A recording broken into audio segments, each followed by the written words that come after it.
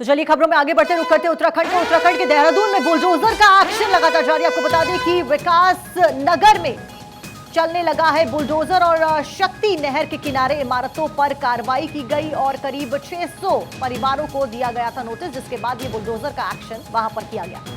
देखिए उत्तर प्रदेश की बात, उत्तर प्रदेश में तो हमने देखा ही उत्तर प्रदेश में कैसे बुलडोजर की गूंज सुनाई दी। अब इस बुलडोजर की गूंज सिर्फ उत्तर प्रदेश तक सीमित नहीं है, बल्कि अनेकों राज्य में बुलडोजर वाला एक्शन चल रहा है। इस बीच उत्तराखंड के विकास नगर में भी बुलडोजर वाला एक्शन देखने को मिला। शक्ति नहर के किनारे जो इमारत थी जो अवैध तरीके से बनाई गई थी, उन पर एक कार्रवाई की गई और 600 परिवारों को इसको लेकर नोटिस भी दिया गया था। और इसी के साथ तमाम जानकारी लेकर हमारे सहयोगी मयंक राय हमारे साथ जुड़े हैं। मयंक, क्या कुछ अपडेट? फिलहाल कहा जा रहा है कि 600 परिवारों को नोटिस दिया गया था। अब तक कितनी इमारतों को बुलडोजर की कार्रवाई के द्वारा ध्वस्त कर दिया गया है?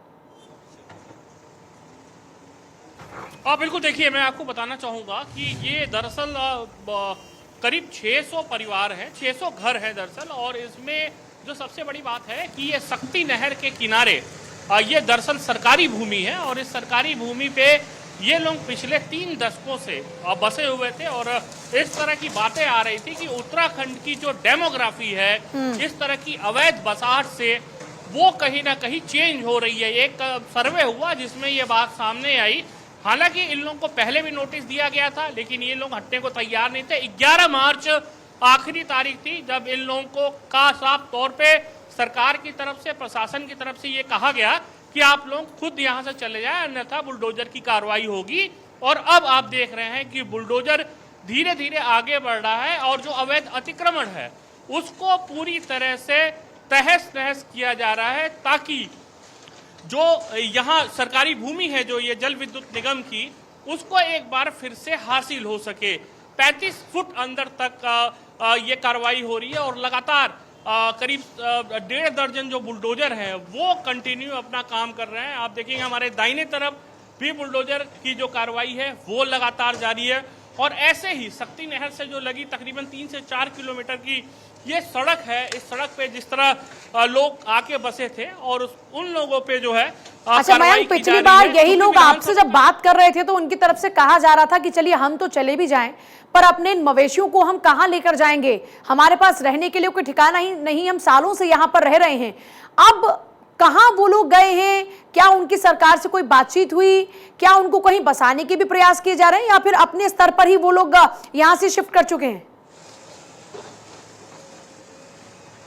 देखिए, ये समझना होगा कि जो लोग यहाँ पे बसे हुए थे वो पूरी तरह से इलीगल एक कब्जा था यहाँ पे। और निश्चित तौर पे आप देखेंगे हमारे सामने कुछ लोग हैं जो लोग अपना सामान लेके रोड के साइड में खड़े अपने आंखों के सामने जो इनका घर है उसको टूटते हुए देख रहे हैं। कुछ लोग वहां पर रो भी रहे हैं, हम देख रहे हैं। निश्चित तौर पे थोड़ा सा देखिए, बिल्कुल बिल्कुल बिल्कुल बिल्कुल। अब क्या करेंगे आप लोग, क्या सोच रही है, कहाँ जाएंगे? कहीं भी नहीं, जिप्चा कोई नहीं है, कहाँ जाऊंगी? कुछ भी नहीं है, डंगा डोर भी प्राण ले गए। अरे सरकार से आप लोगों ने कोई बात की थी, कहीं कोई सुनवाई नहीं हुई? कुछ भी नहीं हुआ। कई बार विधायक जी को बोला, उन्होंने भी कुछ नहीं किया। विधायक जी को बोला और उसके बाद गए बिट्टू जो प्रमुख है यहाँ का, उन्होंने बोल। अभी आप लोग कहाँ जाएंगे यहाँ से?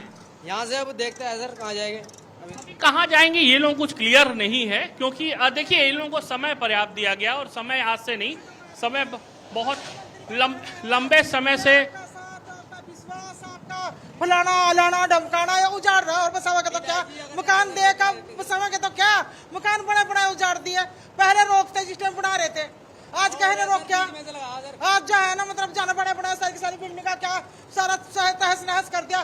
दुनिया मर मर का जारी बेहोश होगा, बुढ़ा ही बाल उठाया हमने यहाँ से। देखिए निश्चित तौर पे ये एक दर्द है जिसको भी महसूस किया जा सकता है, लेकिन बिल्कुल मयंक, दर्द साफ तौर पर देखा जा सकता है। इस बीच क्या किसी प्रकार के मुआवजे का कोई ऐलान किया गया है या फिर कुछ समय तक, जैसे कि जब जोशीमठ में मकान का ध्वस्तीकरण शुरू किया गया था तो वहां पर कहा गया था कि किराया दिया जाएगा, तो यहाँ पर ऐसा कुछ ऐलान किया गया है क्या? नहीं, देखिए इस चीज को समझना होगा कि जोशीमठ की जो स्थिति थी उससे यहाँ की स्थिति बिल्कुल अलग है। जोशीमठ एक प्राकृतिक आपदा की वजह से वहां पे धंसाव हुआ और ये लोग यहाँ पे इलीगल तरीके से बसे हुए थे। देखिए, हम अच्छी तरह जानते हैं और चीज को दुनिया जानती है कि पॉलिटिकली ऐसे लोग बसाए जाते हैं और जब प्रशासन सरकार का चाबुक चलता है तो जो पॉलिटिकली इन लोगों को बसाने वाले लोग होते हैं, जो इनके वोट बैंक पाने के लिए इनके बीच में जाते हैं, वो गायब हो जाते हैं और परेशान होता है वो आदमी जो यहाँ रहता है। तो निश्चित तौर पे आज जिनके घरों को तोड़ा जा रहा है, ये जो पूरा इलाका है, ये जो खाली कराया जा रहा है, यहाँ रहने वाले लोगों का रहनुमा अभी कोई नहीं है, कोई भी इनके पास नहीं है जो इनकी बात को सुन सके। जो इस लेकिन बीच में जो कुछ कांग्रेस के नेता इनके संपर्क में थे, जो इनके हकों की बात कर रहे थे, और जैसा आपने जिक्र किया कि अब सब गायब हो चुके हैं।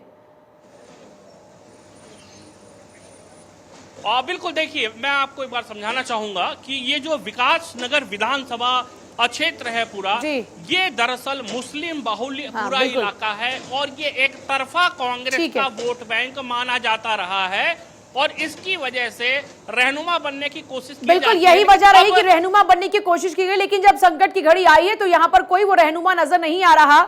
अब इन लोगों को अपना खुद ही संघर्ष करना होगा। बहुत शुक्रिया आपका फिलहाल पूरी जानकारी के लिए।